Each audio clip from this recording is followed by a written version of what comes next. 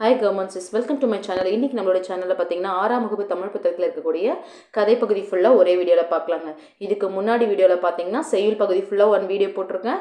உரைநடை லெசன்ஸ் ஃபுல்லாகவே ஒரு வீடியோ போட்டிருக்கோம். மொத்தத்தில் மூணு வீடியோ பார்த்தீங்கன்னா 6th தமிழ் புக் ஃபுல்லாகவே உங்களுக்கு வந்து முடிஞ்சிடுங்க. ஓகேங்களா? சரி, வாங்க நம்ம கிளாஸ்க்குள்ளார போகலாம்.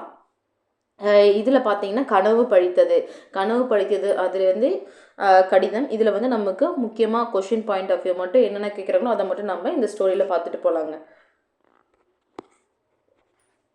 அதிகமாக பார்த்தீங்கன்னா இதில் நிலம், நீர், நெருப்பு, காற்று, ஆகாயம் சொல்லிட்டு 5 பூதங்களை பற்றியும், அது மட்டும் இல்லாமல் உலகத்தில் தோன்றக்கூடிய உலகத்தில் ஓர் உயிர் முதல் 6 அறிவு இருக்கக்கூடிய உயிர்கள் வரைக்குமே எது வந்து எந்த நூல் வந்து முதல்ல சொல்லியிருக்கு, அதாவது 5 பூதங்களை பற்றி எந்த நூல்கள் முதல் சொல்லியிருக்கு, அதே மாதிரி ஓரறிவு முதல் 6 அறிவு வரைக்கும் வந்து உயிரினங்களை வந்து வகைப்படுத்துறது வந்து எந்த நூல் அப்படின்னு சொல்லி பார்த்தோம்னா நம்ம தொல்காப்பியர் வந்து தொல்காப்பியத்தில் எழுதியிருக்காருங்க. நம்ம தொல்காப்பியர் வந்து தொல்காப்பியத்தில் சொல்லியிருக்காருன்னு சொல்லலாம்.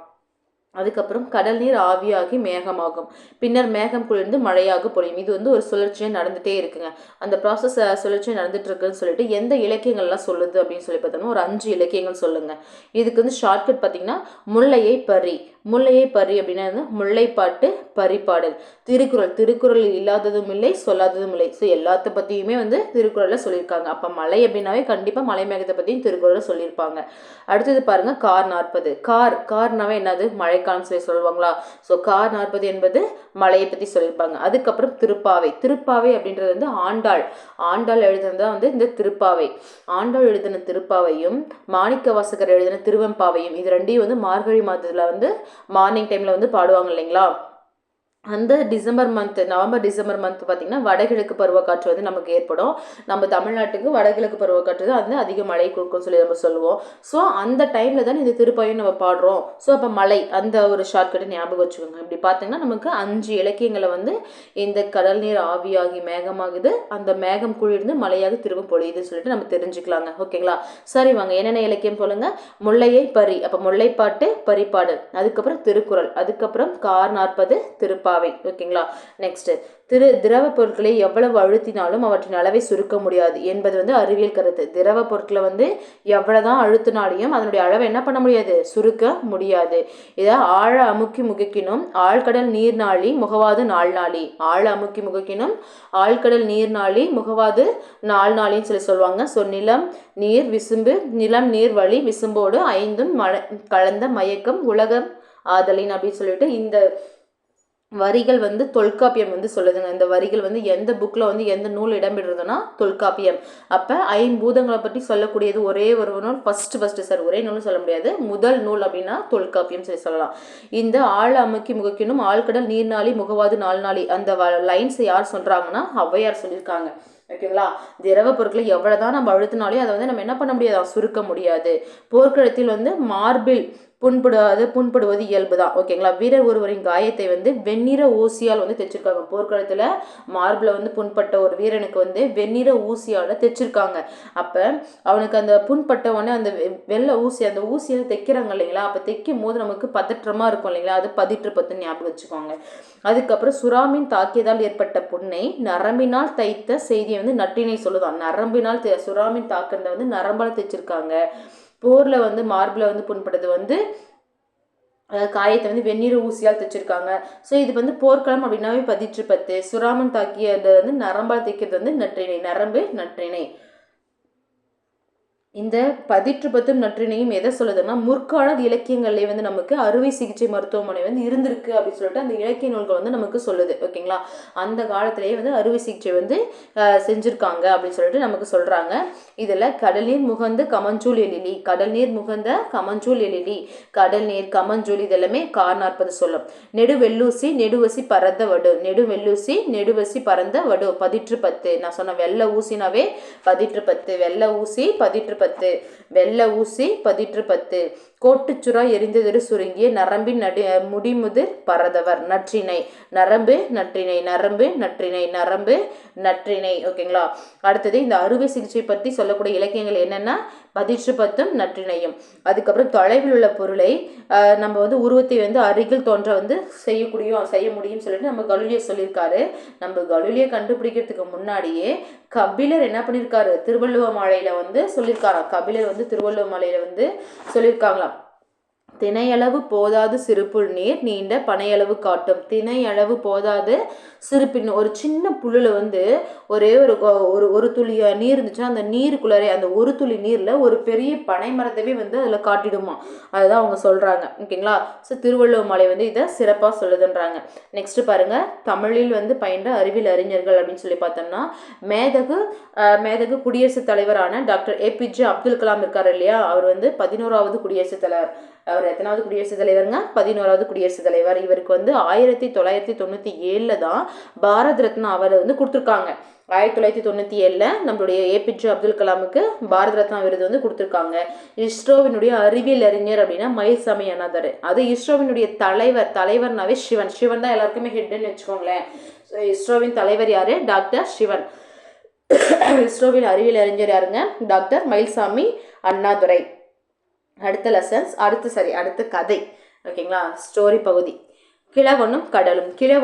த வேர்ல்ட்மேன் அண்ட் த சீ. கிழவனும் கடலும் அப்படின்னா என்னதுங்க, த வேர்ல்ட்மேன் அண்ட் த சீ தான் இங்கிலீஷ்ல. இந்த வேர்ல்ட்மேன் அண்ட் த சீ வந்து ஒரு ஆங்கில புதினம் சொல்லலாம்.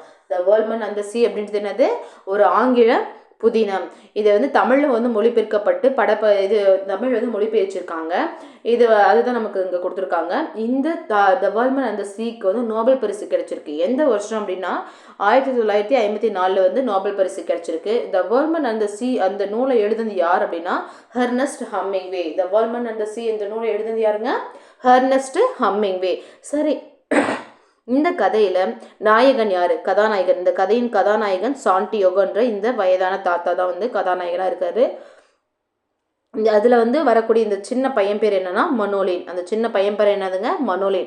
அந்த தாத்தா வந்து கடல்ல வந்து எத்தனை நாட்கள் இருப்பாரு, கிட்டத்தட்ட 84 நாட்கள் வந்து இருப்பாரு. ஆனா அவருக்கு வந்து என்ன கிடைக்காது, ஒரு மீன் கூட வந்து கிடைக்காது. கடைசியா அவருக்கு வந்து ஒரு பெரிய சுறா மீன் ஒண்ணு கிடைக்கும். ஓகேங்களா. ஒரு பெரிய சுறா மீன் வந்து சுறா மீன் என்ற பாருங்க, ஆமா சுறா. ஓகேங்களா. அந்த சுறா மீனை வந்து என்ன பண்ணியிருக்காங்க, அந்த தாத்தா பிடிச்சிட்டாரு.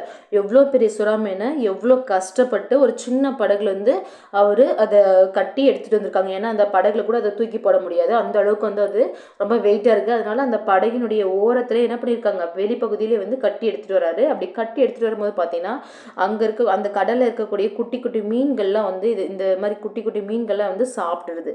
இது மாதிரி இவர் வந்து கடற்கரைக்கு வந்து பார்க்கும்போது அவர்கிட்ட எஞ்சினது வெறும் தலை மட்டும் தான் வந்து எஞ்சிருக்கு. அதனால அவர் ரொம்ப சோர்வா இருக்காரு. அப்பதான் அங்க இருக்கிறவங்களும் அந்த ஊர் மக்களும் அந்த பையனை சொல்றான், தத்தா நீ எவ்வளவு நாள் கஷ்டப்படுறதுக்கான பலன் கிடைச்சிருச்சு அப்படின்னா, பலன் கிடைச்சாலுமே எனக்கு அதுல தலை மட்டும் தானே கிடைச்சு, அதுல எந்த ஒரு ஃப்ளஷுமே இல்லையே அப்படின்னு சொல்லிட்டு அவர் ரொம்ப ஃபீல் பண்ணிருக்காரு. இல்ல தத்தா, விடாமுயற்சி வந்து நமக்கு என்னைக்குமே வந்து வெற்றி கொடுக்கும், அந்த ஒரு தன்னம்பிக்கை வந்து உங்ககிட்ட இருந்து எங்களுக்கு கிடைச்சிருக்கு அப்படின்னு சொல்லிட்டு அவங்க சொல்றாங்க. ஸோ நாமளும் என்ன பண்ணணும், நம்மளுடைய விடாமுயற்சியை கைவிடாம தன்னம்பிக்கையோட படிச்சு வேலைக்கு போறதுக்கு எல்லாருமே ஹார்ட் ஒர்க் பண்ணுங்க, நல்லா படிங்க. சரி வாங்க அடுத்த லெசன்ஸ்க்கு போகலாம். ஒளி பிறந்தது. இந்த ஒளி பிறந்ததில் பார்த்தீங்கன்னா குழந்தைகளிடமும் மாணவர்களிடம் மிகுந்த அன்பு காட்டியவர் தான் குழந்தைகளிடமும் மாணவர்களிடமும் மிகுந்த அன்பு காட்டியவர் தான் மேனாள் குடியரசுத் தலைவர் மேதகு அப்துல் கலாம் சொல்கிறாங்க. அந்த அப்துல் கலாம் வந்து என்ன பண்ணுறாங்க, அவர் வந்து ரொம்ப பிடிக்கும்னா மாணவர்களுக்கும் அவர் வந்து ரொம்ப பிடிக்கும். ஸோ ஒரு ஸ்கூலில் என்ன பண்ணுறாங்கன்னா குழந்தைங்க எல்லாமே தொழில்நுட்ப கண்காட்சிக்கு கூட்டிகிட்டு போகிறாங்க. அப்படி கூட்டிகிட்டு போகும்போது அங்கே கலாம் அரங்கம் சொல்லிட்டு ஒன்று பெயர் பலகை இருக்குது. அந்த அரங்குக்குள்ளார எல்லாரும் போகும்போது அங்கே இருக்கிற ஒரு அரங்க பொறுப்பாளர் சொல்கிறாரு, நீங்கள் கலாம் கிட்ட பேசுறீங்களா, உங்களுக்கு ஏதாவது டவுட் இருந்தால் கலாம் கிட்ட கேட்டு நீங்கள் தெரிஞ்சுக்கோங்க அப்படின்னோடனே, கலாம் சார் நம்மக்கிட்ட பேசுவாரா அப்படின்னு சொல்லி அந்த குழந்தை கேட்குறாங்க. ஆமாம், நீங்கள் கேட்குற கேள்விக்கு அனைத்துக்குமே அவர் பதில் சொல்வார் அப்படின்னு சொல்லிட்டு அந்த ஸ்க்ரீனில் வந்து அவருடைய உருவம் வர மாதிரி பார்க்குறாங்க. அந்த குழந்தைங்க பேச அவர் வந்து பதில் அளிக்கிற மாதிரி அவங்க அங்கே இது பண்ணி வச்சுருக்காங்க. இதில் பாருங்கள், இதில் வந்து ஒவ்வொருத்தரும் கொஸ்டின்லாம் கேட்குவாங்க. அதில் வந்து ஃபஸ்ட்டு வந்து கேட்குறாங்க, குழந்தைங்கிட்ட. அப்போ வந்து அறிவியல் மீது உங்களுக்கு ஆர்வம் ஏற்பட முதல் காரணம் என்ன அப்படின்னு சொல்லிட்டு கேட்கும்போது அவங்க சொல்கிறாரு, நான் 10 வயது சிறுவனாக இருக்கும்போது, நம்மளுடைய அப்துல் கலாம் வந்து 10 வயது சிறுவனாக இருக்கும்போது அவங்களுடைய அறிவியல் ஆசிரியர் கேட்டாராம், பறவைகள் எப்படி பறக்குது அப்படின்னு சொல்லிட்டு எக்ஸ்பிளைன் பண்ணியிருக்காங்க. அவங்க எக்ஸ்பிளைன் பண்ணதை வச்சுன்னு இவருக்கு வந்து அப்போ இருந்து ஒரு ஆசை வந்திருக்கு, வானில் வந்து நம்ம எப்போ பறக்க வேண்டும், இது வானில் பறக்க வேண்டும் என்பது வந்து அவருக்கு வந்து வாழ்க்கையின் ஒரு குறிக்கோளாகவே மாறுச்சு. அதுவே தான் வந்து என்னுடைய அறிவியல் ஆர்வத்தை வந்து தூண்டுச்சு அப்படின்னு சொல்லிட்டு சொல்லுவாங்க. ஓகேங்களா? இது மாதிரி ஒவ்வொருத்தரும் கேட்கும் போது உங்களுக்கு மிகவும் பிடித்த புத்தகம் எதுன்னு கேட்குறாங்க. எனக்கு மிகவும் பிடிச்சது திருக்குறள் தாங்க, ரொம்ப பிடிக்கும். அந்த திருக்குறளையும் அறிவற்றாம் காக்கும் கருவி செருவார்க்கு உள்ளளிக்கும் ஆகாரன், அந்த திருக்குறள் பார்த்தீங்கன்னா என்னுடைய வாழ்க்கைக்கு வந்து வலு சேர்த்தது அப்படின்றாங்க. ஓகேங்களா? அறிவற்றாம் காக்கும் கருவி செருவார்க்கு உள்ளளிக்கும் ஆகாரன் அப்படின்ற திருக்குறள் பார்த்தீங்கன்னா வாழ்க்கைக்கு வந்து வலு சேர்த்தது அப்படின்றாங்க.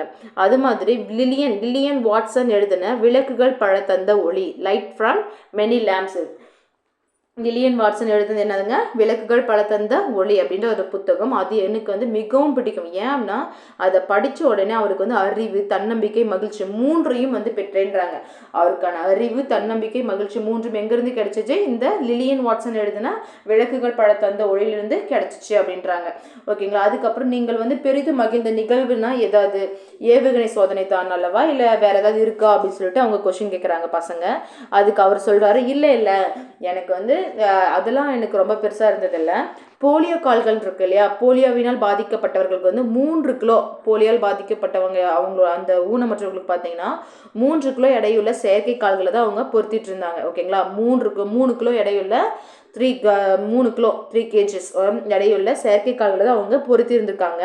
அதனால அவங்களால வந்து நடக்கிறதுக்கு ரொம்ப கஷ்டப்பட்டுட்டு இருக்காங்க. அதனால் பாதுகாப்பு கருவிகளில் பயன்படுத்தப்படும் அவங்க அந்த ஏவுகணையில் உருவாக்குறாங்க இல்லையா, அதில் பாதுகாப்பு கருவிக்கு வந்து பயன்படுத்தக்கூடிய கார்பன் இலை, இது வந்து வெயிட் ரொம்ப கம்மியாக இருக்குமா. ஸோ அந்த கார்பன் இலையை கொண்டு 3 கிலோவாக இருக்கிறது வெறும் 300 கிராம். ஓகேங்களா? 300 கிராம், 1/2 kg கூட இல்லை, 300 கிராமில் என்ன பண்ணியிருக்காங்க, அந்த செயற்கை கால்கள் வந்து உருவாக்கப்படுன்னு. அந்த நிகழ்ச்சி வந்து எனக்கு ரொம்ப ரொம்ப ரொம்ப நெகிழ்ச்சியாக இருந்துச்சுன்னு சொல்லிட்டு நம்மளுடைய அப்துல் கலாம் வந்து சொல்லியிருக்காங்க. ஸோ போலியோ கல்வியினால் பாதிக்கப்பட்டவங்களுக்கு ஃபர்ஸ்ட் அவங்க எத்தனை கிலோ எடையுள்ள வந்து செயற்கை காலை பொருத்தி இருந்தாங்க, 3 கிலோ.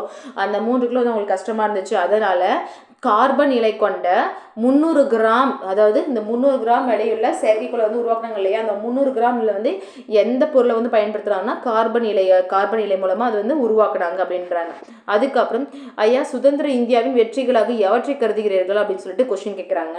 அதுக்கு சொல்லுவாங்க, நம்மளுடைய சுதந்திர இந்தியா நமக்கு ஃப்ரீடம் கிடைச்சதுக்கு அப்புறம் பார்த்தீங்கன்னா உணவு உற்பத்தியிலே நம்ம தண்ணீர் அடைந்துட்டோம், தகவல் தொழில்நுட்ப முன்னேற்றத்திலும் மிகுதியான வளர்ச்சி பெற்றுள்ளோம், எவ்வகையான செயற்கைக்கோளையும் ஏவும் திறனும் நம்மகிட்ட வந்து இருக்கு, அணு உலைகள் மூலம் மின்சாரம் தயாரிப்பதிலும் வந்து முன்னணியில் நம்ம இருக்கிறோம், நவீன மருத்துவம், பாரம்பரிய மருத்துவ முறை எல்லாத்துலேயுமே, அதாவது இப்போ இருக்கக்கூடிய ட்ரெடிஷ்னலாக இருக்கக்கூடிய நவீன மருத்துவம் மற்றும் வந்து நம்மளுடைய பாரம்பரியமான மருத்துவம் ரெண்டு மருத்துவ முறையும் வந்து எதுவுமே ஒன்றுக்கு ஒன்று வந்து சலச்சது இல்லாமல் ரெண்டுமே வளர்ச்சி பெற்று வருதுன்னு சொல்கிறாங்க.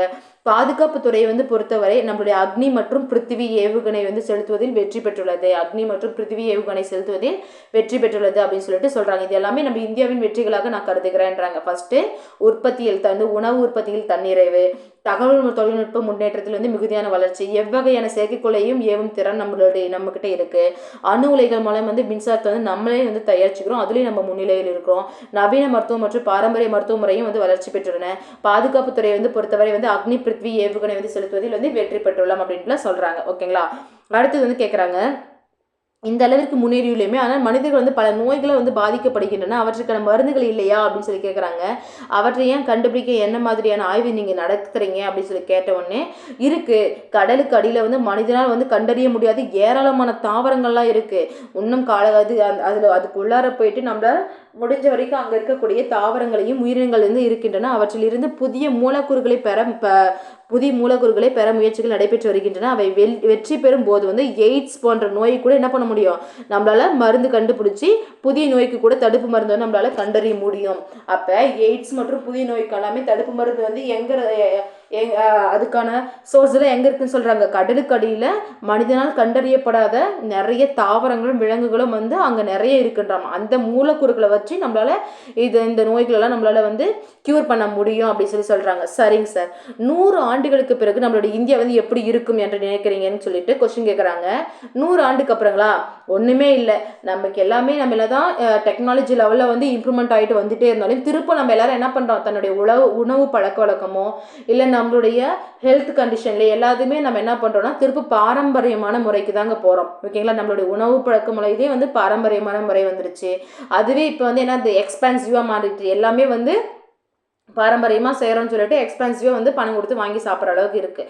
ஓகேங்களா, ஸோ எல்லாமே வந்து சீப்பஸ்ட்டாக இருந்தது, எல்லாமே ஓல்டு பழசு அப்படின்றது இப்போ எல்லாமே என்னது ட்ரெடிஷ்னல் அப்படின்னு சொல்லிட்டு எல்லாமே மாறிட்டு வராங்க. அது மட்டும் இல்லாமல் அந்த விஷயம் மட்டும் இல்லாமல் எல்லாருமே உடற்பயிற்சி செய்கிறாங்க.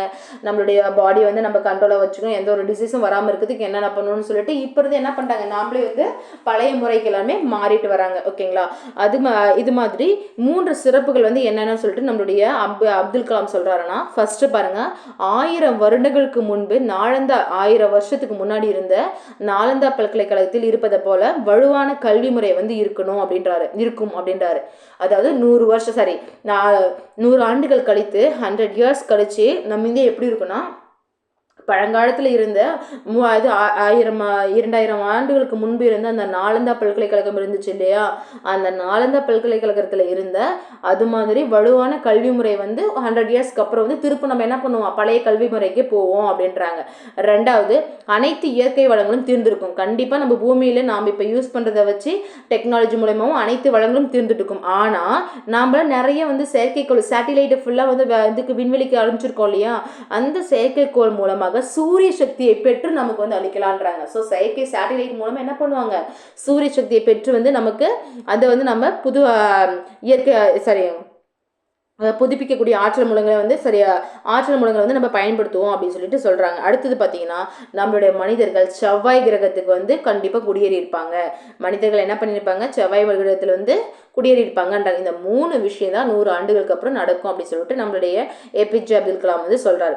அதுக்கப்புறம் செவ்வாய்க்கோளில் மனிதன் வாழ முடியுமா? சரி, எங்கெல்லாம் வந்து எங்கெல்லாம் எப்பொழுது நிலவிற்கு அழைத்து எங்களெல்லாம் எப்போ வந்து நீங்கள் நிலவுக்கு வந்து அழைத்து செல்வீங்க, நிலாவுக்கு வந்து எங்களால் எப்போ கூட்டிகிட்டு போவீங்க அப்படின்னு சொல்லிட்டு அவங்க கேட்டிருக்கும் போது 552, ஓகேங்களா, 5 to 5 552 கிலோ எடையுள்ள ஆளே இல்லாத ஒரு செயற்கைக்கோளை வந்து இந்தியா வந்து நிலவுக்கு அனுப்பிச்சான்.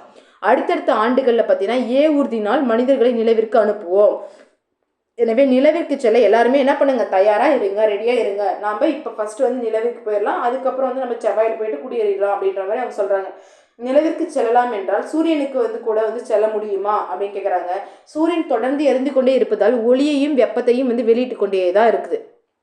ஓகேவா, அது எப்பயுமே எரிஞ்சுட்டே இருக்கிறதுனால ஒளியையும் வெப்பத்தையும் என்ன பண்ணுது, வெளியிட்டு கொண்டே இருக்கிறது.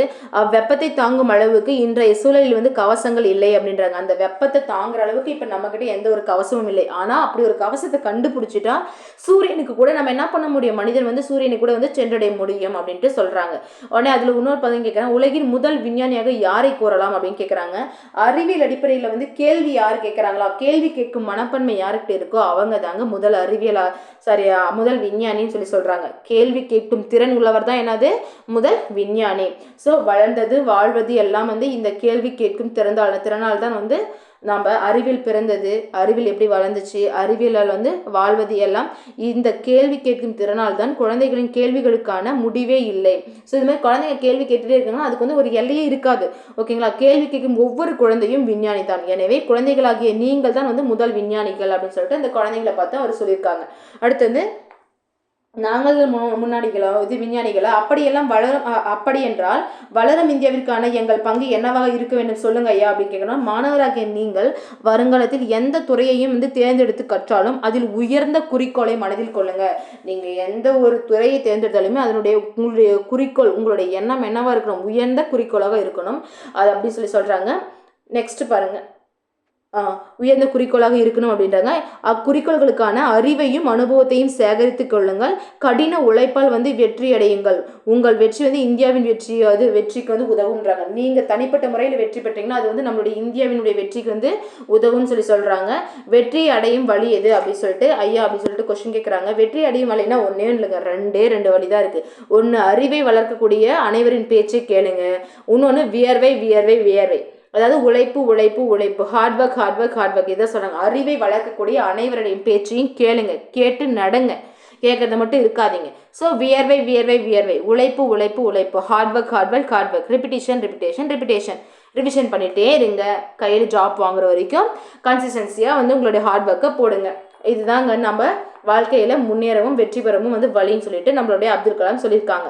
அவள்தாங்க, இது முடிஞ்சிச்சு. நெக்ஸ்ட் லெசன் பாருங்க. நெக்ஸ்ட் கதை, அது அடுத்த கதை பகுதி. நூலகம் நோக்கி அப்படின்னா கற்றது கைமண்ணளவு கல்லாதது உலகளவு. கற்றது கைமண்ணளவு கல்லாதது எவ்வளோங்க? உலகளவு. இதை வந்து என்பர் அப்படின்வாங்க. கற்றது கைமண்ணளவு கல்லாதது வந்து உலகளவு அப்படின்னு சொல்லுவாங்க. உலக அறிவை வந்து நாம் பெறுவதற்கு பாடநூல்கள் மட்டும் வந்து போதாது. உலகத்தில் இருக்கக்கூடிய அறிவை நம்ம அறியறதுக்கு பாடநூல் மட்டும் போதாது. அதுக்கோசரம் பல்வேறு துறை சார்ந்த நூல்களையும் நம்ம தேடி என்ன பண்ணணும்? படிக்கணும். அதற்கு துணை புரிவது தான் நம்மளுடைய நூலகங்கள் அப்படின்றாங்க. ஸோ அந்த நூலகங்கள் பார்த்தீங்கன்னா மாவட்ட நூலகம், கிளை நூலகம், ஊர்ப்புற நூலகம், பகுதி நேர நூலகம், தனியார் நூலகம் என்ற பல வகையான நூலகங்கள் இருக்குதுன்றாங்க. ஓகேங்களா? பல வகையான நூலகங்கள் வந்து தனியார் நூலகம் சொல்லிட்டு பல வகைப்படும். ஆசியாவிலேயே 2வது மிகப்பெரிய நூலகம் நம்ம தமிழ்நாட்டில் தான் இருக்கான். ஆசிய கண்டத்திலேயே 2வது மிகப்பெரிய நூலகம் எங்கே இருக்கான்? நம்மளுடைய தமிழ்நாட்டில் தான் இருக்குன்றாங்க. அப்போ முதல் நூலகம் இது ஆசிய கண்டத்திலேயே இது முதல் நூலகம் அப்படின்னு சொல்லி பார்த்தா பாருங்க. ஆசிய கண்டத்தின் மிகப்பெரிய முதல் நூலகம் வந்து சீனாவில் இருக்கு. அப்போ ஆசிய கண்டத்தின் வந்து மிக பெரிய இரண்டாவது மிகப்பெரிய நூலகம் அப்படின்னு சொல்லி பார்த்தோம்னா நம்மளுடைய அண்ணா நூற்றாண்டு நூலகம் சொல்லலாம். ஓகேங்களா? அண்ணா நூற்றாண்டு நூலகம் தான் மிக பெருசு. ஆசிய கண்டத்தின் 2வது பெரிய நூலகம் இதுதான். தரைத்தளத்தோடு மட்டும் இதில் வந்து எத்தனை இருக்கும்? 8 அடுக்குகள் வந்து உள்ளன. இதன் பரப்பளவு பார்த்தீங்கன்னா மட்டும் 8 ஏக்கர். 8 தரைத்தளம் இருக்கும், 8 ஏக்கர் இருக்கும் சொல்லியிருக்காங்க. ஓகேங்களா? 8 தரைத்தளம் இருக்கும், 8 ஏக்கர் இருக்கும் அப்படின்றாங்க. ஆசிய கண்டத்தின் 2வது மிகப்பெரிய நூலகம். தரைத்தளத்தோடு 8 அடுக்குகள் இருக்கும். இதனுடைய ஏக்கர் பார்த்தீங்கன்னா 8 ஏக்கர் வந்து அளவு கொண்டது அப்படின்னு சொல்றாங்க. இந்த 8 ஏக்கர் அளவு கொண்டதா? ஓகே. இதுல வந்து இவர் தான் வந்து முதல் முனைவர்ன்றாங்க. அதாவது ரா அரங்கநாதன் தான் வந்து முதல் முனைவர். அரங்கநாதன் வந்து முதல் முனைவர். இந்த நூலகம் இருக்கு இல்லையா, நூலக விதிகளை வந்து உருவாக்கியவர் யாருங்க? அரங்கநாதன். நூலக விதிகளை வந்து உருவாக்கியவர் யாரு? அரங்கநாதன். இவர் தான் நம்ம இந்திய நூலகவியலின் தந்தை என்று அழைக்கப்பட்டவர் யாரு? அரங்கநாதன். இவர் தான் நூலக விதிகளை வந்து உருவாக்குனார் அப்படின்னு சொல்றாங்க. அந்த இதுல பாத்தீங்கன்னா பிரெய்லினா என்னன்னு கேக்குறாங்க. கேட்டு அறிய ஒளி வடிவ நூல்கள் வந்து குறுந்தகடுகள் வடிவில் வந்து உள்ளன அப்படின்றாங்க. பிரெய்லினா ஒன்றும் இல்லை, கண்ணு தெரியாமல் இருக்காங்க இல்லையா, ஸோ பார்வை திறன் குறைபாடு உள்ளவர்களுக்கு வந்து அவங்களுக்குன்னு ஒரு தனிப்பிரிவு கொடுத்துருக்காங்க. அதான் பிரெய்லி நூல்கள்னு சொல்லிட்டு அந்த பிரெய்லி நூல்கள் எல்லாமே என்ன பண்ணோம்? காதால கேட்டு ஒளி வடிவ நூல்கள் அப்படின்னு சொல்றாங்க. குறுந்தகடு வடிவில் வந்து உள்ளன அப்படின்றாங்க. சிடி லெவல்லையும் வந்து அங்கே வச்சிருக்காங்க அப்படின்றாங்க. சரி, பிரெய்லி நூல்கள் தான் முதல் தரைத்தளம். அதாவது தரைத்தளத்தில் பார்த்தீங்கன்னா தரைத்தளத்தில் வந்து இந்த பிரெய்லி நூலகம் தான் இருக்கு அப்படின்னு சொல்றாங்க. அதே மாதிரி இதுல பாத்தீங்கன்னா நகரம் படிக்கட்டுகள் வந்து உள்ளது. இங்கிருந்து நம்ம என்ன பண்ணுங்க, முதல் தளத்துக்கு போறோம். இந்த முதல் தளத்துல பாத்தீங்கன்னா குழந்தைகளுக்கான சிறப்பாக உருவாக்கப்பட்ட பகுதின்னு சொல்றோம். முதல் தரைத்தளத்தை நம்ம குழந்தைகளுக்காக சிறப்பாக உருவாக்கப்பட்ட பகுதி இந்த முதல் தரைத்தளம் சொல்றாங்க. அது ஃபுல் அண்ட் ஃபுல் குழந்தைகளுக்கானவே இருக்கக்கூடிய புக்ஸுங்க தான். ஓகேங்களா? அங்கே பார்த்தீங்கன்னா ஒரு செயற்கை மரம் ஒன்று இது வச்சிருக்காங்க. ஒரு செயற்கையாக வந்து அங்கே மரம் வச்சிருக்காங்க. அங்கே வந்து குழந்தைங்களை வந்து விளையாடுறதுக்கான அந்த மரத்தோட குழந்தைகள் விளையாடுறதுக்கு உட்காந்து புக்ஸ் படிக்க இது மாதிரி நேச்சுரலிஸை வந்து அதுக்கு அந்த பில்டிங்குள்ளாரே வந்து அவங்க உருவாக்கியிருக்காங்க அப்படின்னு சொல்றாங்க. ஓகேங்களா? அடுத்தது இந்த குழந்தைங்களுக்கு மட்டும் பார்த்தீங்கன்னா 50,000க்கும் மேற்பட்ட நூல்கள் வந்து உள்ளது அப்படின்றாங்க. குழந்தைகளுக்கு அவசரம் 20,000, அதாவது 20,000க்கும் மேற்பட்ட பல்லுலக குறுந்தகடுகள் குழந்தைகளுக்காக சேகரித்து வச்சிருக்காங்க அப்படின்றாங்க. 20,000க்கும் மேற்பட்ட பல்லூடக குறுந்தகடு நூல்கள் வந்து குழந்தைங்களுக்கு சேர்த்து வச்சிருக்காங்க. அது மட்டும் இல்லாமல் குறுந்தகடுனா இது சிடி மாதிரி 20,000க்கும் மேற்பட்ட சிடிலாம் இருக்குது குழந்தைங்களை வந்து போட்டு பார்க்குற மாதிரி.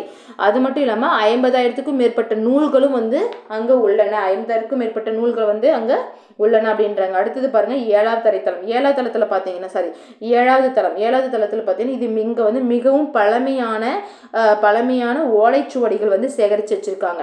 இங்க அரசு கீழ்திசை சுவடி நூலகம் உள்ளது அப்படின்றாங்க. இந்த 7வது தளத்தில் என்ன இருக்குது? அரசு கீழ்திசை சுவடி நூலகம். அந்த கீழ்திசை சுவடி நூலகம் அப்படின்னா அந்த சுவடின்ற ஒரு வேர்டு அங்கேயே வந்திருக்கு. அப்ப பழமையான ஓலைச்சுவடிகள் எல்லாமே எங்க சேகரித்து வச்சிருக்காங்க?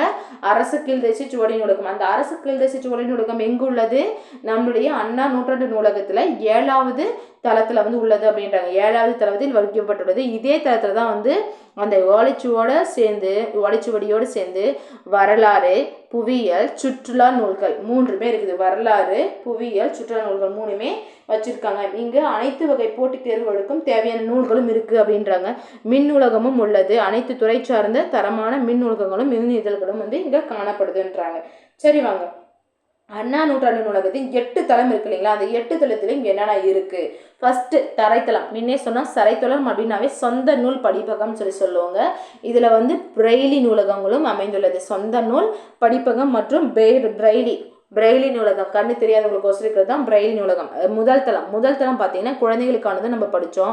அதோட பருவ இதழ்கள், நியூஸ் பேப்பர்ஸ், மேகசின்ஸ் இது எல்லாமே எங்கே இருக்குது? இந்த குழந்தைகளுக்கான இதில் வந்து கொடுத்துருக்காங்க அப்படின்னு சொல்கிறாங்க.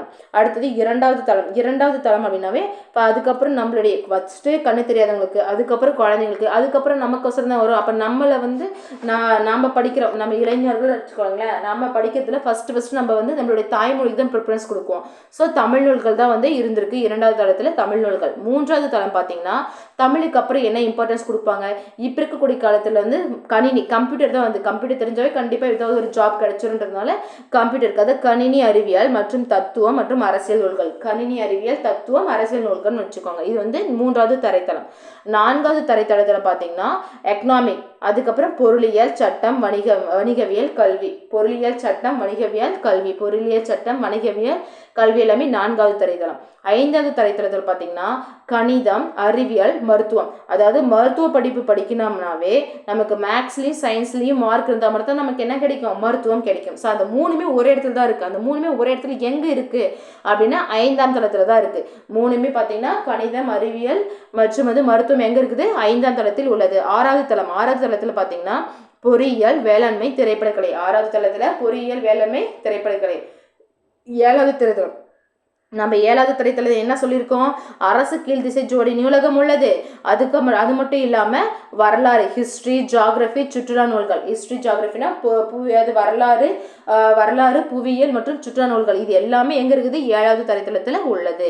8வது தரைத்தளத்தில் பார்த்தீங்கன்னா கல்வி தொலைக்காட்சி. நமக்கான கல்வி தொலைக்காட்சியும் நூலகத்தின் அலுவலக படிவம். நம்ம அந்த 8 அடுக்குலையும் வந்து என்னென்ன இருக்குது, எங்கே இருக்குன்னு சொல்லிட்டு அதனுடைய கண்காணிப்பு எல்லாமே எங்கே இருக்குது? நூலகத்தினுடைய அலுவலகம், ஆஃபீஸ் எல்லாமே வந்து 8வது தளத்துல தான் இருக்கு அப்படின்னு சொல்லிட்டு சொல்றாங்க. ஓகேங்களா? அடுத்தது பாருங்க, நூலகத்தின் படித்து மேல்நிலை அடைந்தவர்கள் யார் யாருன்னு கேட்குறாங்க. நூலகத்துல படித்து மேல்நிலை அடைந்தவர்கள் பார்த்தீங்கன்னா அறிஞர் அண்ணா, ஜவஹர்லால் நேரு, அண்ணல் அம்பேத்கர், காரல் மார்க்ஸ். அறிஞர் அண்ணா, அம்பேத்கர், ஜவஹர்லால் நேரு, காரல் மார்க்ஸ் இந்த 4 பேருமே நூலகத்துல படிச்சு என்ன பண்ணியிருக்காங்க? வாழ்க்கையில உயர்ந்திருக்காங்க. அறிஞர் அண்ணா, ஜவஹர்லால் நேரு, அண்ணல் அம்பேத்கர் மற்றும் காரல் மார்க்ஸ் அப்படின்னவங்க. அதாவது நடமாடும் நூலகம். இப்போ நம்ம தமிழ்நாட்டில் வந்து நடமாடும் நூலகம் அப்படின்னு சொல்லிட்டு அந்த நூலகத்தை வந்து இன்ட்ரடியூஸ் பண்ணியிருக்காங்க. அது மட்டும் இல்லாமல் நம்ம நூலகம் முழுவதும் பார்த்தீங்கன்னா ஏசி வசதியும் வந்து இங்கே காணப்படுது. அந்த அண்ணா நூற்றாண்டு நூலகத்தில் ஏசி வசதி இருக்குது. அங்கே பார்த்தீங்கன்னா இது புக்ஸுக்கு மட்டும் இல்லாமல் அரங்கு, கரையரங்கு, அது மற்றும் கருத்தரங்கம், கண்காட்சி அரங்குன்னு சொல்லிட்டு 4-5 அரங்குகளும் வந்து அங்கே காணப்படுதுன்னு சொல்கிறாங்க. நடமாடும் நூலகங்களை வந்து நம்மளுடைய தமிழ்நாடு வந்து இன்ட்ரடியூஸ் பண்ணியிருக்கு. சிறந்த நூலகருக்கான விருது வந்து என்ன விருது கொடுப்பாங்கன்னா ச.ரா. அரங்கநாதன் விருது. ச.ரா. அரங்கநாதன் விருது வந்து சிறந்த நூலகர்களுக்கு வந்து கொடுக்குறாங்க. ச.ரா. அரங்கநாதன் விருது வந்து நூலகர்களுக்கு வந்து என்ன பண்ணுறாங்க? கொடுக்குறாங்க. ஓகேங்களா? அடுத்த கதை பார்க்கலாம். மனம் கவரும் மாமல்லபுரம். மனம் கவரும் மாமல்லபுரம். மாமல்லபுரம் அப்படின்னும் போது மனம் கவரும் மாமல்லபுரம். தமிழர்கள் அப்படின்னாவே சிற்பம், ஓவியம் போன்ற கலைகள்ல என்ன பண்ணியிருப்பாங்க, சிறந்து விளங்கியிருப்பாங்க. தமிழர்கள் வந்து சிற்பம், ஓவியம் போன்ற கலைகளில் வந்து சிறந்து வந்து விளங்கியிருப்பாங்க அப்படின்னு சொல்றாங்க. இங்க வந்து ஒரு குழந்தை வந்து மண்ணில் விளையாடிட்டு இருக்கும். இந்த கதைலாம் நமக்கு தேவையில்லை. இதில் கொஸ்டின்ஸ் என்ன கேட்குறாங்கன்னா, பல்லவரசன் யார் அப்படின்னா வந்து நரசிம்மவர்மன் வந்து எந்த மன்னன் அப்படின்னு சொல்லி கேட்கலாம். சேர மன்னனா, பாண்டிய மன்னனா, சோழ மன்னனா, இல்லை பல்லவ மன்னனா கேட்கலாம். பல்லவ மன்னன் யாரு? நரசிம்மவர்மன். பல்லவ மன்னன் யாருங்க? நரசிம்மவர்மன் தான் அவருடைய பேரு. வந்து மற்போரில் சிறந்தவன் சொல்லி சொல்லுவாங்க. மற்போரில் சிறந்தவருக்கு வந்து இன்னொரு ஷார்ட் நேம் தான் வந்து மாமல்லன். மாமல்லன் என்ற பெயரும் உண்டு. அவர் வந்து மற்போரில் சிறந்தவர் என்பதால் அவரை வந்து என்ன சொல்லுவாங்க, மாமன்னன் அப்படின்னு சொல்லி சொல்லுவாங்க. ஓகேங்களா. அதுக்கப்புறம் வந்து ஒரே பாறையிலிருந்து செதுக்கி செய்யப்பட்ட கோவில் வந்து ரதம் போன்ற வடிவத்திலிருந்து இருக்கிறது. ரதம்னா தேர் போன்ற வடிவத்தில் இருக்குதுன்றாங்க. ஒரே பாறையில செதுக்கி செய்யப்பட்ட கோவில் இது அப்படின்னு சொல்லி சொல்றாங்க. அந்த கோவில் பார்த்தீங்கன்னா வந்து எப்படி இருக்குமா, ரதம் போரி இருக்கும், இல்லைன்னா தேர் மாதிரி இருக்கு பார்க்கறதுக்கு. அதனால இதை வந்து ரத கோவில் சொல்லி சொல்லுவாங்க. அதனால இதை என்ன சொல்றாங்க, ரத கோவில் சொல்லி சொல்றாங்க. ஒரே பாறையில செதுக்கி இருக்காங்க, பார்க்கறதுக்கு தேர் மாதிரி இருக்கு, கோவில் மாதிரி இருக்கு, ரதம் மாதிரி இருக்கு. அதனால இது ரத கோவில் என்று அழைக்கப்படுகிறது. கையில வந்து சுத்தி பார்க்குறாங்க. ஓகே, இதுல வந்து மொத்தம் எத்தனை ரதங்கள் இருக்குன்னா 5 ரதங்கள் இருக்கும். அதனால தான் அதை வந்து 5 வந்து பஞ்ச பாண்டவர் ரதம் சொல்லி சொல்லுவாங்க. 5 ரதங்கள் உள்ளன. அதனால தான் அந்த 5 ரதங்கள் உள்ளதால் இவ்விடத்தை என்ன சொல்றாங்க, பஞ்ச பாண்டவர் ரதம் என்று அழைப்பார். இவையெல்லாம் என் காலத்திலிருந்து உருவாக்கப்பட்டவை என்றார் மாமல்லர். அப்ப மாமல்லருடைய காலத்திலிருந்து உருவாக்கப்பட்டவை என்னது, பஞ்ச பாண்டவர் ரதம். அந்த மாமல்லன் அப்படின்னா யாருங்க, நம்மளுடைய நரசிம்மவர்மன். ஓகேங்களா. இந்த இதுல பாத்தீங்கன்னா இவர் எந்த நூற்றாண்டை சேர்ந்தவன் கொஸ்டின் கேட்பாங்க. 7ஆம் நூற்றாண்டை சேர்ந்தவர். நரசிம்மவர்மன் வந்து பல்லவ மன்னன்.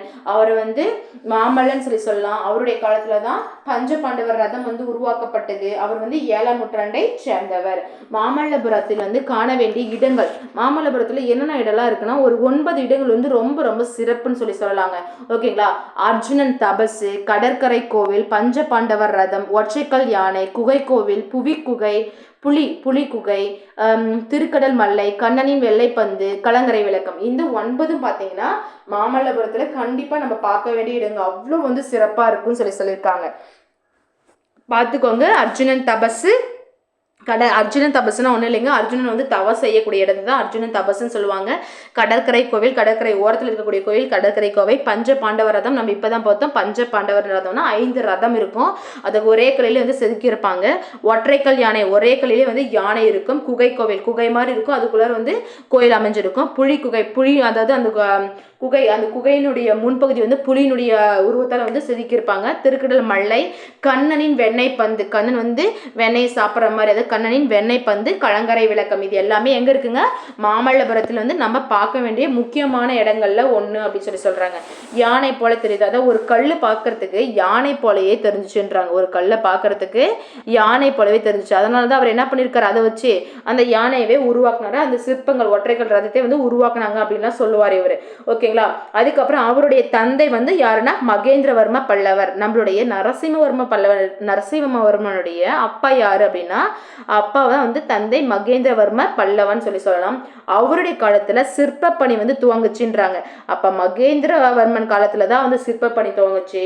நரசிம்மவர்மன் காலத்துல வந்து அந்த பணி அப்படியே தொடருது. அதே மாதிரி அவர் காலம், அவருடைய மகனின் காலம் மற்றும் அவருடைய பேரனின் காலம் சொல்லிட்டு 4 தலைமுறைகள் வந்து என்ன பண்ணியிருக்காங்க, சிற்பங்களை வந்து செதுக்குவதையும் சிற்பத்துல வந்து அதிக ஈடுபாடு கொண்டிருக்காங்க. ஸோ அவருடைய நரசிம்மவர்மனுடைய தந்தை யாருங்க, மகேந்திரவர்மன். மகேந்திரவர்மனுக்கு வந்து பையன் நரசிம்மவர்மன், அவருடைய பையன், அவருடைய பேரன். ஸோ இது மாதிரி இந்த 4 வம்சமும் என்ன பண்ணியிருக்கு, இந்த சிற்பக்கலையை வந்து செய்யறதுல வந்து ரொம்ப தேர்ச்சி பெற்றிருக்காங்கன்னு சொல்றாங்க. சிற்பக்கலையின் உச்சம் அப்படின்னு சொல்லிட்டு அவங்க எதை சொல்றாங்க, அந்த அர்ஜுனன் தபசு தான் சொல்லுவாங்க. அந்த அர்ஜுனன் வந்து தவம் செய்யும் காட்சியை தான் வந்து சிற்பக்கலையின் உச்சம் அப்படின்னு சொல்லுவாங்க. அவன் தவம் செய்யறதுல பாத்தீங்கன்னா அந்த பாறையில இருந்து சிற்பங்கள் வந்து கண்டு வியந்து.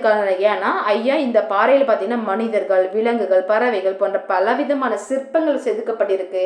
இவை எல்லாமே பார்க்கறதுக்கு உயிர் உள்ளவை மாதிரி, நேர்ல பாக்குற மாதிரி ஒரு ஃபீல் ஆகுது அப்படின்றாங்க. ஓகேங்களா. அந்த விலங்குகள், மனிதர்கள், பறவைகள் எல்லாமே நேரில் பார்க்குற மாதிரி ஃபீல் ஆகுது. அது மட்டும் இல்லாமல் இவற்றுக்கு வந்து புடைப்பு சிற்பங்கள் என்று பெயர். அதாவது ஒரு கல்லை புடைஞ்சி அதை வந்து செதுக்குனா அதுக்கு வந்து புடைப்பு சிற்பம் சொல்லுவோம். இந்த புடைப்பு சிற்பங்கள் மற்றும் இந்த 2 பாறைகளிலும் 100க்கும் மேற்பட்ட சிற்பங்கள் உள்ளன அப்படின்னாங்க. 2 பாறையில 100க்கும் மேற்பட்ட சிற்பங்கள், புடைப்பு சிற்பங்களை வந்து செதுச்சுள்ளாங்க அப்படின்றாங்க. அர்ஜுனன் தபசு அப்படின்றத வந்து செய்யும் காட்சி எது இல்லையா, இந்த சிற்பம் வந்து உள்ளத்தால் தான் இப்பாறைக்கு அந்த சிற்பம் இருக்கிறதுனால தான் வந்து அதுக்கு அர்ஜுனன் தபசுன்னு சொல்றோம். அர்ஜுனன் தவம் செய்யற மாதிரி இருக்குது, அந்த பாறையில அர்ஜுனன் தவம் செய்யற மாதிரி இருக்கிறது, அது அர்ஜுனன் தபசுன்னு பேர் வந்துச்சு. அந்த அர்ஜுனன் வந்து தவம் செய்யறதுக்கு வந்து பகீரதன் தவம் அப்படின்னு சொல்லிட்டு சொல்லுவாங்க. இதனை வந்து நம்ம என்ன சொல்லுவாங்க, அர்ஜுன தவத்தை பகீரதன் தவம் என்றும் சொல்லலாங்க. அப்படியே வந்து அது உடனே வந்து அர்ஜுன தவசை தான் வந்து பகீரதன் தவம் சொல்றோம். இது மட்டும் இல்லாமல் வேற என்னென்ன சிறப்பு அப்படின்னா பார்த்தீங்கன்னா, ஆகாய கங்கை வந்து பூமிக்கு வருவது போல அமைக்கப்பட்டுள்ளது. மழைக்காலத்தில் பார்த்தீங்கன்னா அவங்க புடைப்பு சிற்பங்களை வந்து செஞ்சிருக்காங்களே நிறைய, அந்த புடைப்பு சிற்பங்கள் அந்த ஹோல்ஸ் வழியாக பார்த்தீங்கன்னா மேலிருந்து மழைநீர் வந்து மழைக்காலத்தில் வந்து அந்த மழைநீர் வழிஞ்சு ஓடும் இல்லையா, அந்த வழிந்து வருவது வந்து உண்மையிலே பார்க்கறதுக்கு ஆகாயத்திலேருந்து கங்கை ஓடி வருவது மாதிரி இருக்குமா, பார்க்கறதுக்கு அவ்வளோ அழகா இருக்கும்னு சொல்றாங்க.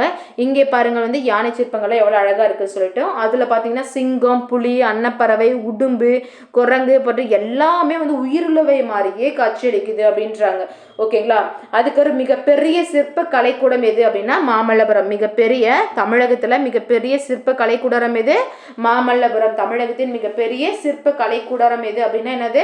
மாமல்லபுரம் அப்படின்னு சொல்லலாம். இந்த சிற்ப வடிவங்கள் இருக்கு இல்லையா, சிற்ப கலைகள், அதுல வந்து 4 வகையை வந்து அவங்க பின்பற்றி இருக்காங்க. ஏன்னா 4 வம்சங்களா இருந்திருக்காங்க.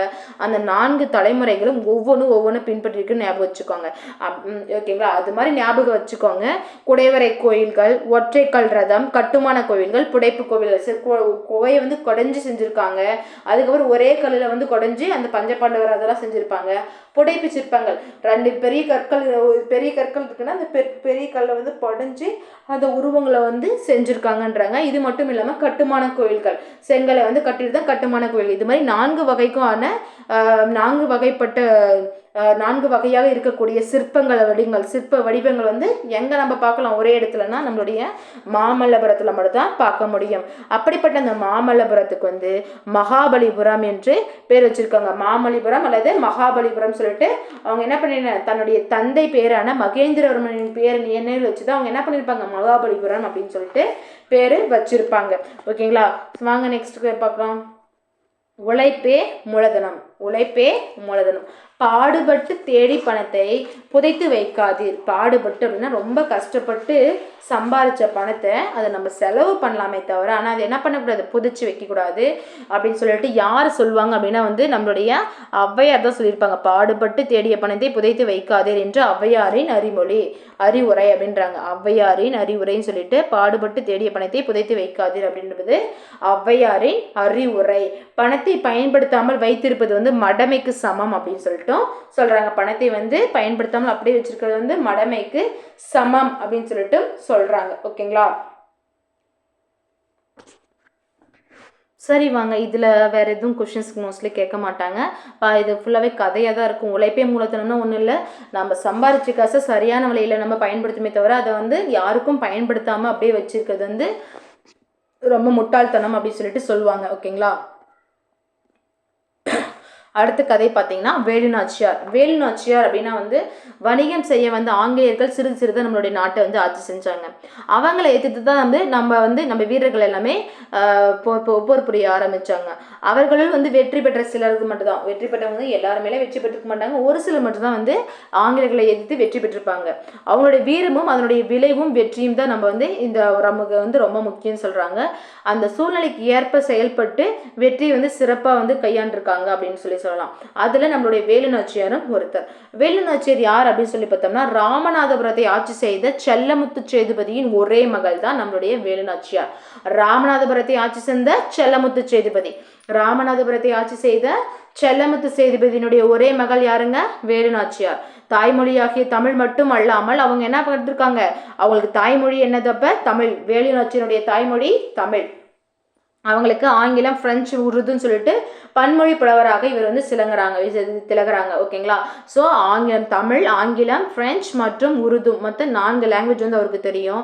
அது மட்டும் இல்லாமல் இவங்க வந்து சிலம்பம், குதிரையேற்றம், வாட்போர், வில் பயிற்சி, சிலம்பாட்டம், குதிரையேற்றம், வாட்போர், விற்பயிற்சி அப்படின்னு சொல்லிட்டு இது மாதிரி பல வகையான இது பாதுகாப்பு இது ஸ்போர்ட்ஸையும் வந்து விளையாட்டையும் வந்து இவங்க கற்று வச்சிருக்காங்க. ஓகேங்களா. பாதுகாப்பு தண்ணிக்கு வந்து பாதுகாத்துக்கொள்ள இவ்வளோ விஷயங்களையும் வந்து கற்று வச்சிருக்காங்க. சிவகங்கை மன்னர் வந்து முத்து வடுகநாதனை வந்து திருமணம் செஞ்சுருப்பாங்க. சிவகங்கை மன்னன் யாரு? முத்து வடுகநாதன். ராமநாதபுரம் மன்னன் யாரு? செல்லமுத்து சேதுபதி. செல்லமுத்து சேதுபதி வந்து வேலுநாச்சியருடைய அப்பா. வேலுநாச்சியருடைய கணவர் பார்த்தீங்கன்னா சிவகங்கை மன்னன் முத்து வடுகநாதன். இந்த முத்து வடுகநாதன் பார்த்தீங்கன்னா காளையர் கோவில் போரில் வந்து முத்து வடுகநாதன் வந்து கொன்னுட்டுக்குவாங்க. யாருன்னா ஆங்கிலேயர்கள் நயவஞ்சகமாக கொன்னுட்டுக்குவாங்க. ஸோ இதனால சிவகங்கையை விட்டு அவங்க என்ன பண்ணிருப்பாங்க, திண்டுக்கல் கோட்டையில் போயிட்டு தஞ்சம் அடிச்சிருப்பாங்க. கிட்டத்தட்ட ஒரு 8 இயர்ஸ் பக்கம். ஓகேங்களா. திண்டுக்கல் கோட்டையில் போயிட்டு தஞ்சம் அடிச்சிட்டாங்க இந்த வேலுநாச்சியார். அவங்க 8 ஆண்டுகளுக்கு அப்புறம் திண்டுக்கல் கோட்டையில் வந்து ஆலோசனை கூட்டம் நடக்குதுன்னு சொல்றாங்க. அந்த கூட்டத்தில் பார்த்தீங்கன்னா வீரமங்கை வந்து வேலுநாச்சியார் வந்து அமர்ந்திருக்காரு. அவங்க கூட நம்மளுடைய அமைச்சர் வந்து தாண்டவராயனர் வந்து இருக்காங்க அப்படின்றாங்க. அவரை சுற்றி அமைச்சர் வந்து தாண்டவராயன் இருக்காரு. தளபதிகள், அவங்களுடைய தளபதிகள், படை தளபதிகளான பெரிய மருது, சின்ன மருதும் போன்ற குறுநில மன்னர்களும் வந்து சிலர் வந்து இருந்தனர் அப்படின்றாங்க. பெரிய மருது, சின்ன மருதுன்ற குறுநில மன்னர்களும் அவங்க என்ன பண்ணியிருக்காங்க, கொஞ்சம் பேர் இருந்திருக்காங்க. இதுல வந்து நம்ம யாரு எதை சொன்னாங்க, எந்த வேர்ட்ஸ், எந்த கொட்டேஷனை யார் என்ன சொன்னாங்க அப்படின்றது கண்டிப்பாக கொஸ்டின்ஸ் கேட்பாங்க. அதனால நம்ம லைனாவே படிச்சுட்டு வந்துடலாம். நாம் சிவகங்கையை இறந்து 8 ஆண்டுகள் ஆகிவிட்டன அப்படின்ட்டு வேலுநாச்சியார் கவலை நிறைந்த குரலை சொல்றாங்க. அப்ப நாம் சிவகங்கையை இழந்து 8 ஆண்டுகள் ஆகிவிட்டது என்ற கூற்றை வந்து யார் சொன்னாங்க அப்படின்னு கொஸ்டின் கேட்பாங்க வேலுநாச்சியார். உடனே கவலைப்படாதீர்கள் அரசியாரே, நாம் சிவகங்கையை மீட்கும் நாள் நெருங்கி விட்டது அப்படின்னு சொல்லிட்டு தாண்டவராயன் சொல்றாரு. அவங்களுடைய வேலுநாச்சியாரோட அமைச்சர் யாருங்க? தாண்டவராயன் சொல்றாரு. இன்னும் சிறிது நாட்களை நம்ம என்ன பண்ணிடலாம், நம்ம சிவகங்கையை வந்து மீட்டிடலாம் அப்படின்றாங்க. அந்த இனிய நாளை தான் நான் ஆவலுடன் எதிர்பார்த்து கொண்டிருக்கிறேன்னு சொல்லிட்டு நம்மளுடைய வேலுநாச்சியார் சொல்றாங்க. ஆமா, அந்த இனிய நாளைத்தை நான் வந்து ஆவலோட எதிர்பார்த்து கொண்டிருக்கேன் அப்படின்றாங்க. அப்பதான் வந்து வெளியே ஒரு பெரும் ஆரவாரம் வந்து கேட்குது. என்ன அப்படின்னு பார்த்தீங்கன்னா, மைசூர்ல இருந்து மைசூர் மகாராஜா ஹைதர் அலி இருக்காரு இல்லையா, அந்த மைசூர் மகா மன்னன் ஹைதர் அலி வந்து அவங்க அனுப்பின படை வந்து வந்திருக்கான் அப்படின்னு சொல்லிட்டு வேலுநாச்சியார் கிட்ட யாரோ ஒருத்தர் வந்து சொல்றாரு என்றார் வேலுநாச்சியார். நம்மளுடைய வேலுநாச்சியார் தான் சொல்றாங்க, மைசூரில் இருந்து ஹைதர் அலி அனுப்பிய படை வந்துவிட்டது என்று நினைக்கின்றேன் அப்படின்னு சொல்லிட்டு அவங்க கணித்து சொல்றாங்க. அப்போது அந்த அறைக்குள்ளார வாயில் வீரன் ஒருத்தன் வரான். வந்துட்டு அரசியாருக்கு வணக்கம், மைசூரில் இருந்து 5000 ஓகேங்களா, 5000 குதிரைப்படை வீரர்கள் வந்து வந்துள்ளன, 5000 குதிரைப்படை வீரர்கள் வந்துள்ளனர் என்று யார் சொல்றாங்க? அந்த வாயில் வீரன் வந்து சொல்றான். அப்படியா, மகிழ்ச்சி, அவர்கள் ஓய்வு எடுக்க சொல்ல நான் பிறகு வந்து அவங்களை வந்து பார்க்கிறேன் அப்படின்னு சொல்லிட்டு நம்மளுடைய வேலுநாச்சியார் வந்து சொல்றாங்க. உடனே வீரனும் வெளியே போயிட்டு அதற்கான வேலையை பார்க்குறாங்க. உடனே ஹைதர் அலிக்கு வந்து ஹைதர் அலி வந்து உறுதியாக படையை வந்து அனுப்புவார் அப்படின்னு சொல்லிட்டு எனக்கு முன்பே தெரியும் சொல்லிட்டு நம்மளுடைய தாண்டவராயன் வந்து ஹைதர் அலியை பற்றி சொல்கிறாரு. இது வந்த உடனே தாண்டவராயன் என்ன சொல்கிறாரு, ஹைதர் அலி கண்டிப்பாக உங்களுக்கு ஹெல்ப் பண்ணுவாருன்னு எனக்கு தெரியுங்க அப்படின்னு சொல்லிட்டு அவர் சொல்கிறாராம். அதனால் எதனால் இப்படி சொல்கிறீங்க, ஏன் அப்படி சொல்கிறீங்க அப்படின்னு சொல்லிட்டு அவங்க கேட்குறாங்க. அதுக்கு கேட்டதுக்கு அவர் சொல்கிறாரு, தாண்டவராயன் வந்து சொல்கிறாரு, நாம் இருவரும் ஹைதர் அலியை சந்திக்க மைசூருக்கு ஒரு நாள் சென்றோம் அல்லவா, நாம் இருவரும், அவங்க 2 பேருமே யாருன்னா நம்மளுடைய வேலுநாச்சியாரும் நம்மளுடைய அவங்களுடைய அமைச்சர் தாண்டவராயன் 2 பேரும் என்ன பண்ணுறாங்கன்னா ஹைதர் அலியை மீட் பண்ணுறதுக்கோசரம் எங்கே போகிறாங்க, மைசூருக்கு போகிறாங்க. ஹைதர் அலியை மீட் பண்ண மைசூருக்கு போகிறாங்க.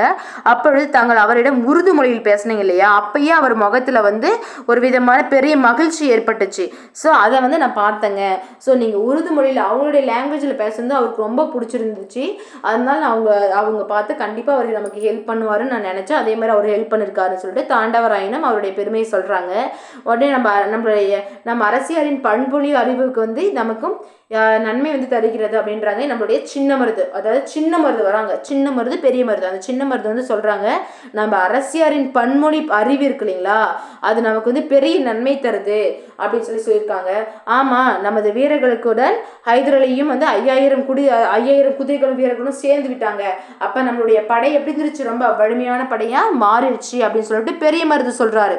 ஓகேங்களா, புறப்படலாமா, சிவகங்கை மீட்க வந்து நம்ம போகலாமா அப்படின்னு சொல்லிட்டு பெரிய மருது கேட்குறாங்க. சின்ன மருது என்ன என்ன சொல்றாங்க, நம் அரசியாரின் பன்மொழி அறிவு வந்து நமக்கு பெரிய நன்மை தந்தது அப்படின்னு சொல்லிட்டு சின்ன மருது சொல்றாங்க. ஆனா பெரிய மருது ஆம் நம் வீரர்களோடு ஹைதரனுடைய 5000 வீரரும் சேர்ந்துட்டாங்க. அப்ப நம்மளுடைய படை வந்து பெரிய படையா மாறிடுச்சு, வாங்க நம்ம சிவகங்கையை மீட்க போலாம் அப்படின்னு சொல்லிட்டு அவர் வந்து பெரிய மருது சொல்றாரு. உடனே வேலுநாச்சியார் அம்மா சொல்றாங்க, இல்லை, என் கணவர் வந்து கொல்லப்பட்ட ஊருக்கு தான் வந்து நான் அந்த காளையர் கோவிலை தான் நான் முதலில் மீட்பேன், நான் வந்து முதலில் காளையர் கோவிலை வந்து கைப்பற்ற நினைக்கின்றேன், பிறகு வந்து சிவகங்கையை பார்க்கலாம் அப்படின்னு சொல்லிட்டு அவங்க என்ன பண்றாங்க, ஃபர்ஸ்ட் காளையர் கோயிலை வந்து மீட்கிறதுக்கு கொஞ்சம் போறாங்க. உடனே அனைவரும் அதனை வந்து ஏற்றுக்கொண்டாங்க. மறுநாள் காளையர் கோயிலை நோக்கி வேலுநாச்சியார் படை புறப்பட்டது. ஆண் படைக்கு பிரிவு வந்து ஆண்கள் பெண்கள் சரி ஆண் படை பிரிவுக்கு வந்து மருது சுகதர் 2 பேர், சின்ன மருது பெரிய மருது 2 பேர் இருக்காங்க. பெண்கள் படைப்பிரிவுக்கு வந்து குயிலி வந்து இருக்கிறாங்க. பெண்கள் படைப்பிரிவுக்கு யாரு, குயிலி வந்து இருக்காங்க அப்படின்றாங்க. இவங்க ஃபர்ஸ்ட் எங்கே போகிறாங்க, சிவகங்கையா காளையர் கோயிலா, காளையர் கோயிலுக்கு தான் போகிறாங்க. காளையர் கோயில் வந்து வேலுநாச்சியாரின் படைக்கு ஆங்கிலேயரின் படைக்கும் வந்து நிறைய கடுமையான போர் நடக்குது. ஆனால் கடைசியில் வந்து யார் வெற்றி பெறாங்க, ஆங்கிலேய படை தோற்கடிக்கப்பட்டு நம்மளுடைய வேலுநாச்சியாருடைய படை வந்து வின் பண்ணுது. அரசியார் அவர்களே, காளையர் கோயில் நம் கைவசம் வந்துவிட்டது, இப்பொழுதே நம்ம சிவகங்கை வந்து கோட்டையை வந்து தாக்கலாமா அப்படின்னு சொல்லிட்டு ஆங்கிலேயரை வந்து விரட்டி அடிக்கலாமா என்று வந்து நம்மளுடைய பெரிய மருது ஆவேசமா பேசுறது எல்லாமே பெரிய மருதுன்னு ஞாபகம் வச்சுக்கோங்க. ஸோ நம்ம இப்பவே போலாமா, காளையர் கோயிலை மீட்டு இப்பயே போகலாமா, சரி சிவகங்கை மீட்டு இப்பயே போகலாமான்னு கேட்கறது எல்லாமே நம்மளுடைய பெரிய மருது தான் வந்து சொல்லியிருப்பாங்க. இப்போது சிவகங்கை கோட்டை வந்து கதவுகள் வந்து அடைக்கப்பட்டு இருக்கும். விஜயதசமி அன்று வந்து பார்த்தீங்கன்னா திருநாள் அன்று, விஜயதசமி திருநாள் அன்று கதவுகள் வந்து திறக்கப்படும். அப்போ வந்து நம்ம என்ன பண்ணலாம், நமது படைகள் வந்து உள்ளே நுழையட்டும், அப்பொழுது பார்த்துக்கலாம் அப்படின்னு சொல்லிட்டு அவங்க என்ன பண்ண வந்துடுறாங்க. அப்பொழுது பெரிய காவல் அப்போதும் பெரிய காவல் இருக்குமே, நாம் என்ன பண்றது அப்படின்னு சொல்லிட்டு நம்ம சின்ன மருது கேட்குறாங்க.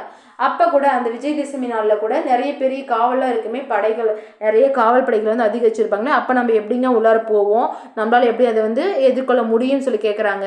அதுக்கு நம்மளுடைய வேலுநாச்சியார் சொல்கிறாங்க, விஜயதசமி நாளில் கோட்டைக்குள் நுழைவதற்கு பெண்களுக்கு மட்டும்தான் அனுமதி உண்டு, ஆண்களுக்கு அனுமதி இல்லை. ஓகேங்களா.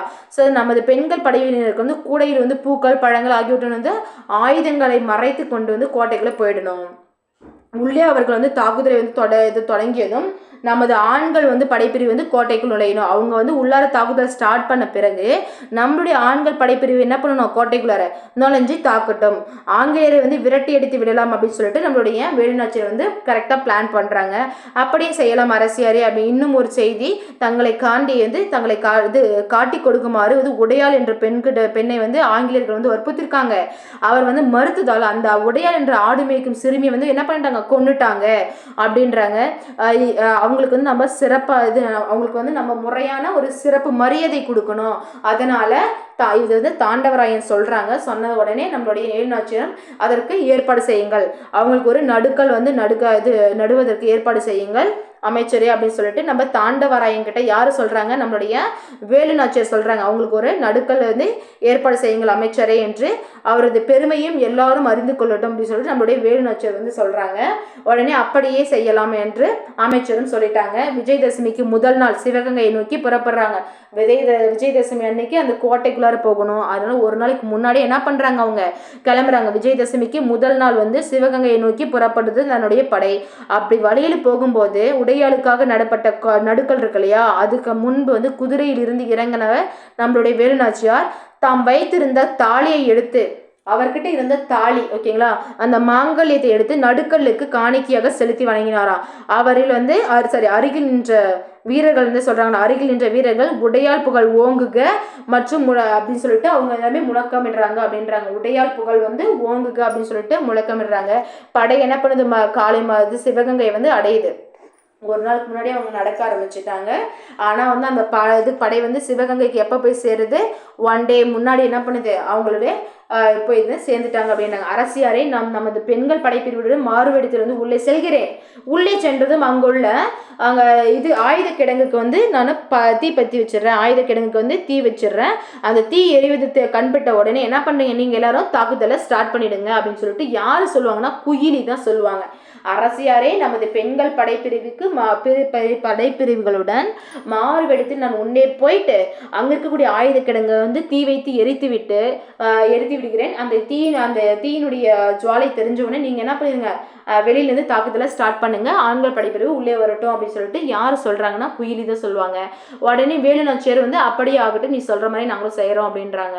அதுக்கப்புறம் குயிலியும் பெண்கள் படைப்பிரிவினர் வந்து கோட்டைக்குள்ளே போகிறாங்க. சிறிது நேரத்தில் வந்து கோட்டைக்குள்ள வந்து பெரும் கூச்சல் எடுது. உள்ளே உயரமாக வந்து தீ வந்து எரிவது தான் நமக்கு கண்ணு தெரியுது. நமது படை வந்து உள்ளே நுழையட்டும் சொல்லிட்டு ஆணையிடுறாங்க நம்மளுடைய வேலு நாச்சியார். படை வீரர்கள் வந்து கோட்டைக்குள்ள என்ன பண்ணுறாங்க, பாய்ந்து சென்றனர். ஆங்கிலேயரின் படைப்புடன் வந்து கடுமையாக போரிட்டனர். இறுதியில் வந்து ஆங்கில படை தோல்வி அடைந்தது, கோட்டையை விட்டு ஓடியது. அப்போ அதான் சொல்றாங்க, கோட்டையை விட்டு ஓடிட்டாங்க. அப்போ வேலு நாச்சியார் தான் என்ன பண்றாங்க, வின் பண்ணாங்க. அப்போ ஆங்கில படை என்னாச்சு, தோல்வி அடைஞ்சிச்சுன்றாங்க. வெற்றி வெற்றின்னு சொல்லிட்டு வெற்றி வீரர்கள் வந்து முழக்கமிடுறாங்க. இந்த வெற்றிக்கு காரணமான குயிலி எங்க காணுமே அப்படின்னு சொல்லிட்டு நம்ம வேலு நாச்சியார் தேடுறாங்க. அப்பதான் அங்க இருக்கிறவங்க சொல்றாங்க, குயிலி தம் உடலில் தீ வைத்து கொண்டு ஆயுத கிடங்குக்குள் வந்து குதித்து விட்டாள் அப்படின்னு. அப்ப குயிலி தம் உயிரை தந்து தம் நாட்டை வந்து மீட்டு கொடுத்துள்ளாள். அவளது துணிவுக்கும் தியாகத்திற்கும் வீரத்திற்கும் தலை வணங்குகின்றேன் என்று உணர்ச்சி பெருக்கோடு நம்மளுடைய வேலு நாச்சியார் சொல்றாங்கன்னா. ஸோ வேலு நாச்சியாருடைய வீரம், மருது சகோதரருடைய ஆற்றல் மற்றும் அது ஹைதர் அலியினுடைய உதவி, அது மட்டும் இல்லாம இந்த குயிலினுடைய தியாகமும் இதுல வந்து எல்லாமே ஒற்று சேர்ந்துதான் இந்த சிவகங்கை வந்து நம்மளால மீட்க முடிஞ்சிச்சு அப்படின்னு சொல்லிட்டு அவங்க ரொம்ப பெருமிதத்தோட சொல்றாங்களா நம்மளுடைய வேலு நாச்சியார்.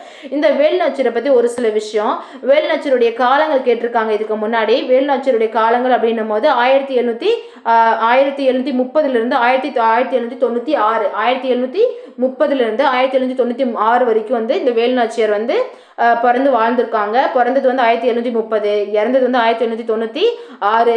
இது எல்லாமே 3 மடங்கா இருக்கும் பாருங்க, 30 96 எல்லாமே.